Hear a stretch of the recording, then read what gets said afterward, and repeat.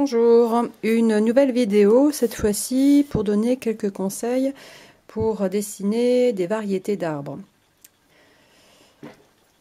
Alors selon l'arbre que vous voulez dessiner, il faudra bien l'observer puisqu'ils ont chacun quand même des formes très particulières. Si on prend l'exemple du saule pleureur, il va vraiment avoir des branches qui tombent vers le sol, alors que le peuplier, lui, va s'élancer très haut dans le ciel. On peut alors, avant de partir dans ces variétés-là, on peut déjà partir de la structure de l'arbre, c'est-à-dire qu'un arbre est toujours enraciné dans le sol, donc il faudra toujours aussi marquer la structure du sol pour savoir où on va placer donc la fameuse ligne d'horizon, qui est la démarcation entre le sol et le ciel.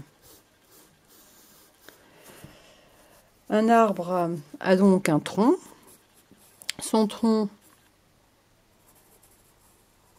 implanté donc dans le sol, plus ou moins épais selon l'âge de l'arbre, selon la variété. Et ce tronc va ensuite se diviser en branches, en grosses branches. Ces mêmes branches vont ensuite se diviser en branches moins épaisses, moins grandes.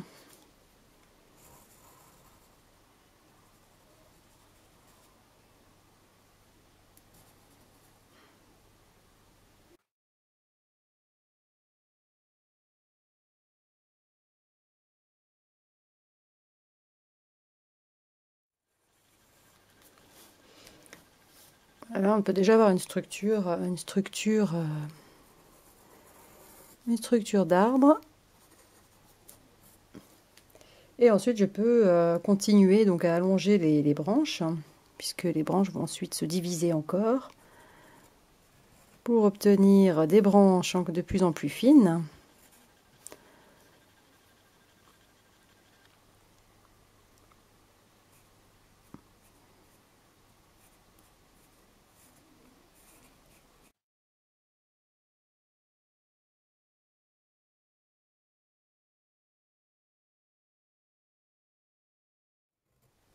Donc voilà, là par exemple, je suis en train de constituer les différentes petites branches de mon arbre.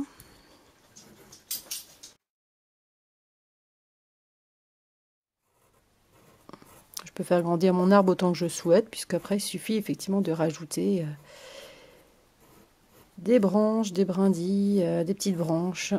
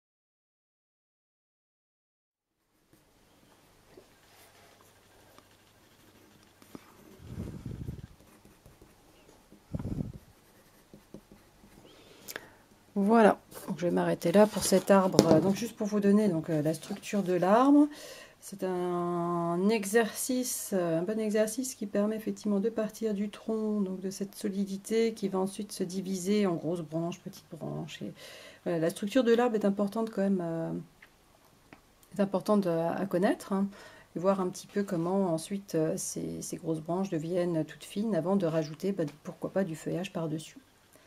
Voilà.